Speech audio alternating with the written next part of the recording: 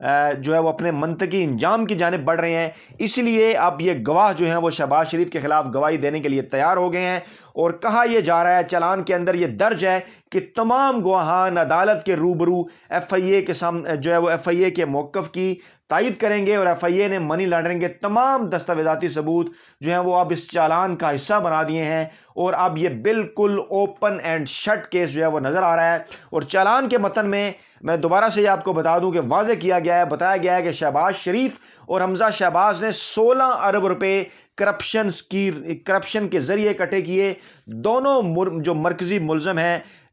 جس میں شہباز شریف شامل ہیں جو کہ اپوزیشن لیڈر ہیں قومی اسمبلی کے اندر، جس میں حمزہ شہباز شامل ہیں جو کہ اپوزیشن لیڈر ہیں صوبائی اسمبلی کے اندر، پنجاب اسمبلی کے اندر، دونوں جب مرکزی ملزم ہیں وہ منی ٹریل نہیں دے سکے، جبکہ ملزمان کے 28 اکاؤنٹس میں رقوم منتقلی کے ثبوت موجود ہیں، اور اپوزیشن لیڈر شہباز شریف اور حمزہ شہباز کو چالان کے اندر مرکزی ملزم قرار دیا گیا ہے۔ اور تفصیلات اس کی کچھ یوں ہیں کہ شہباز شریف، حمزہ شہباز اور اس کے ساتھ ساتھ سلمان شہباز اور ان کے ملازمین دیگر کے خلاف یہ مقدمہ درج کیا گیا تھا، اور ملزمان نے اس وقت تازہ ترین جو آخری اطلاعات تھی ان کے مطابق بینکنگ عدالت سے، بینکنگ کورٹ سے اپنی عبوری ضمانت کروا رکھی ہے۔ سلمان شہباز جو ہیں، جبکہ وہ 3 ملزمان سمیت وہ اشتہاری قرار دیے جا چکے ہیں، اور ایف آئی اے کی جانب سے جمع کرایا گیا یہ جو چالان ہے یہ 7 والیوم کے اوپر مشتمل ہے، اور ایف آئی اے کی جانب سے جمع کرائے گئے چالان میں شہباز شریف فیملی کے بے نامی داروں اور سہولت کاروں کو بھی ملزم نامزد کیا گیا ہے۔ تو یہ اہم ترین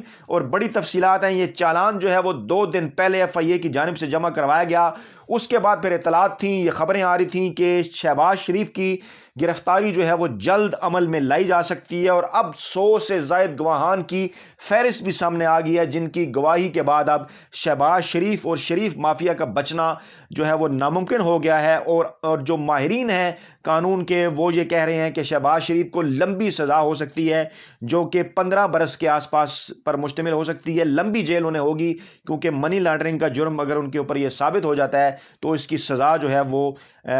وہ یقینی طور پر ان کو بھگتنا پڑے گی، اور اب یہ ایک بالکل اوپن اینڈ شٹ کیس بن چکا ہے۔ ایسی صورتحال کے اندر اب ہو کیا رہا ہے؟ ہو یہ رہا ہے جناب کہ وزیر اعظم کے امیدوار کے لیے نون لیگ کے اندر سے مختلف لوگوں کے نام اگلے الیکشن کے لیے، ذرا دیکھیے اگلے الیکشن کے لیے کس طرح سے سامنے لائے جا رہے ہیں، کیونکہ مریم نواز کو اس بات کا اندازہ ہو گیا ہے کہ اب شہباز شریف برے پھنسنے والے ہیں، تو ان کا جو گروپ ہے وہ ایکٹیو ہو گیا ہے اور ان کا نام سامنے لانے کی کوشش کر رہا تھا۔ لیکن اسی دوران کچھ ایسے لوگ یعنی شاہد خاقان عباسی اور خواجہ آصف جو کہ نواز لیگ کی سینئر قیادت ہیں، اور شاہد خاقان عباسی تو نواز شریف کے نائل ہونے کے بعد وزیر اعظم بھی بنے تھے،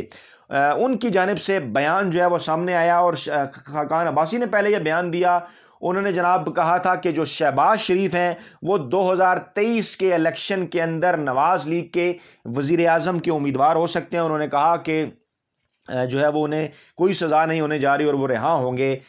جو ہے وہ بری ہوں گے۔ اس کے بعد پھر خواجہ آصف کا بھی یہ بیان سامنے آیا، انہوں نے کہا کہ شاہد خاقان عباسی نے پارٹی کے وزیر اعظم کے امیدوار سے متعلق جو بات کی ہے وہ حقائق کی روشنی میں کی ہے۔ انہوں نے مزید کہا کہ مریم نواز اگرچہ ہماری پارٹی کا مستقبل ہیں، لیکن بہرحال جو ہے وہ شہباز شریف جو ہیں ان کے متعلق انہوں نے کہا کہ حقائق یہی ہیں کہ شہباز شریف ہی جو ہیں وہ ہمارے امیدوار ہوں گے۔ لیکن نواز شریف کے ترجمان اور مریم نواز کے ترجمان محمد زبیر کچھ اور فرماتے ہوئے نظر آتے ہیں۔ انہوں نے یہ کہا ہے کہ مریم نواز جو ہیں وہ 2023 کے الیکشن کے اندر نواز لیگ کی جانب سے وزیر اعظم کی امیدوار ہوں گی، اور ان کے خلاف کیسز جو ہیں وہ ختم ہو جائیں گے۔ عدالت کے اندر، اسلام آباد ہائی کورٹ کے اندر اپیل میں مریم نواز، اور آپ نے دیکھا کہ اس سارے معاملے کو سیاسی بنانے کے لیے، ثابت کرنے کے لیے اور سزائیں ختم کروانے کے لیے کس قسم کی جھوٹ کا انہوں نے سہارا لیا۔ تمام کیس ہی کس طرح سے جو ہے وہ ان کا جھوٹ پر مشتمل ہے۔ ان کا جو دفاع تھا، کبھی وہ قطری خط لے کر آئیں، کبھی وہ کیلیبری فونٹ لے کر آئیں، اور اس کے بعد پھر جو ہے وہ رانا شمیم کا جھوٹا فیبریکیٹڈ بیان حلفی، اور اس کے بعد پھر جسٹس ثاقب نثار کی جھوٹی جعلی فیبریکیٹڈ آڈیو، یہ تمام تر چیزیں یہ ظاہر کرتی ہیں کہ نواز لیگ کی صفوں کے اندر اس وقت شدید ترین بے چینی ہے۔ اور اس کے بعد پھر اب نون لیگ کے سوشل میڈیا سیل کی جانب سے مریم نواز کے قریبی لوگوں کی جانب سے جنید صفدر کو اس طرح سے پروموٹ کرنے کی کوشش کی جا رہی ہے کہ اگر